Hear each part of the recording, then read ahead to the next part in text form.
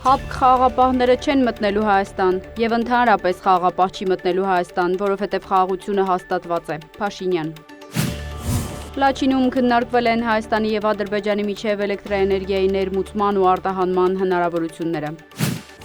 Զելենսկին բարձր է գնահատել Էրդողանի անձնական մասնակցությունն ու Թուրքիայի միջնորդությունը խաղաղությունը մոտեցնելու գործում։ Նոր զորահավաքի մասին պնդումները կեղծ են, Պեսկով։ Միացյալ Նահանգները կարգելափակի Իրանի կառավարության եւ Իսլամական հեղափոխության պահապանների կորպուսի ֆինանսավորման բոլոր աղբյուրները, Բեսենտ։ Իրանի տնտեսության զարկերակները կտրելով Միացյալ Նահանգները չի հասնի նպատակներին, Մադանիզադե։ Միացյալ Նահանգները պաշտոնապես հեռացրել է Սիրիա աննահաբեկչությանը հովանավորող պետությունների ցանկից։ Միացյալ Նահանգները 50% մաքսատուրք կսահմանի Կանադայում արտադրված մեքենաների, բեռնատարների, ավտոպահեստամասերի պողպատի համար, Թրամփ։